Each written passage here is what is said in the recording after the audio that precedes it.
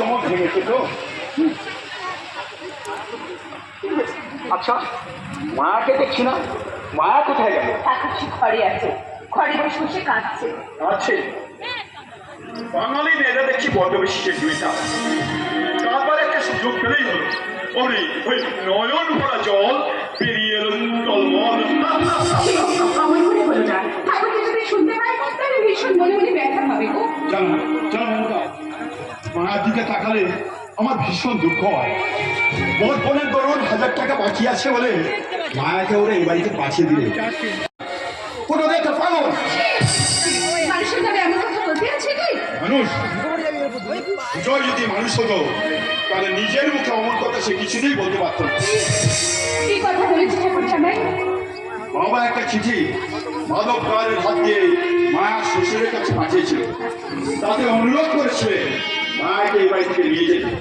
তার উত্তরে ভজগোবিন্দ কাছে কি বলেছে জানো? কি বলেছে সে? বলেছে সে আবার সুজয়ের বিয়ে দেবে। কি বলছো তুমি? হ্যাঁ ঠিকই বলছি। সুজয় সুজয় হ্যাঁ করে হাসতে হাসতে বলেছে মায়ারানী খ্রিস্টানের বোন, যার বড় ভাই খ্রিস্টান, তাকে বিয়ে করে আমার জাতজন্ম গেছে। এবার বিয়ে করবো দ্বিগুণি করছে দেখে ফোন নেব 10,000 টাকা।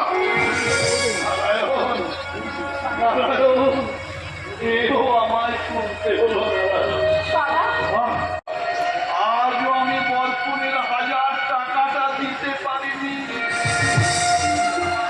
অপরাধ অপরাধ আমার, আমি বাবা হয়েছি। আপনি শান্ত হন বাবা, আপনি একটু শান্ত হন। হ্যাঁ বাবা, শান্ত আমি বলেছি।